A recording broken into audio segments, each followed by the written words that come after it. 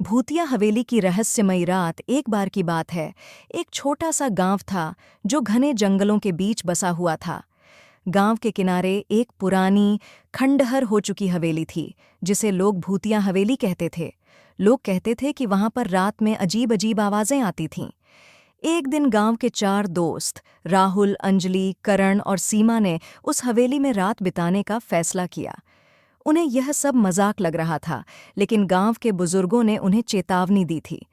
रात के समय जब पूरा गांव सो चुका था, चारों दोस्त टॉर्च और खाने पीने का सामान लेकर हवेली की ओर चल पड़े। हवेली तक पहुंचने के लिए एक संकरी पगडंडी से होकर गुजरना पड़ता था। वहां तक पहुंचते ही हवेली की दीवारों पर लगी पुरानी बेलें और टूटी फूटी खिड़कियां अजीब सा एहसास दिला रही थीं। पहला संकेत जैसे ही उन्होंने अंदर कदम रखा, दरवाज़ा अपने आप जोर से बंद हो गया। करण ने कहा, यह हवा से हुआ होगा। लेकिन दरवाजे की तरफ कोई खिड़की भी नहीं थी।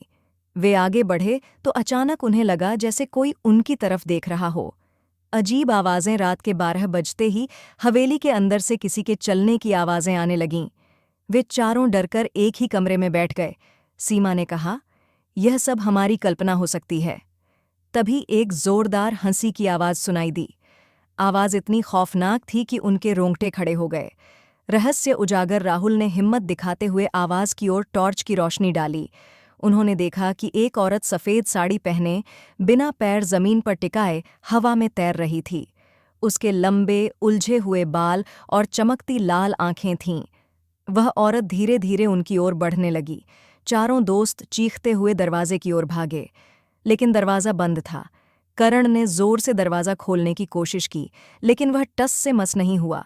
तभी औरत की आवाज़ गूंजी, यह हवेली मेरी है, जो भी यहाँ आएगा उसकी मौत तय है। भागने की कोशिश अंजलि ने खिड़की से कूदने का सुझाव दिया। किसी तरह वे खिड़की तोड़कर बाहर कूदे और भागते भागते गांव पहुंचे। उन्होंने पलटकर देखा तो हवेली से धुआं उठ रहा था और वह औरत खिड़की से उन्हें देख रही थी। अगली सुबह गांव वालों को जब यह कहानी पता चली तो उन्होंने बताया कि वह औरत हवेली की पुरानी मालकिन थी। उसकी मौत रहस्यमयी तरीके से हुई थी और उसकी आत्मा आज भी वहां भटकती है। उस दिन के बाद उन 4 दोस्तों ने कभी उस हवेली की ओर रुख नहीं किया। गांव वालों ने उस हवेली के पास जाना ही बंद कर दिया, लेकिन रात को हवेली से अब भी चीखने और हंसने की आवाजें आती हैं। कहानी खत्म। अगर इसे और डरावना बनाना हो तो बताएं।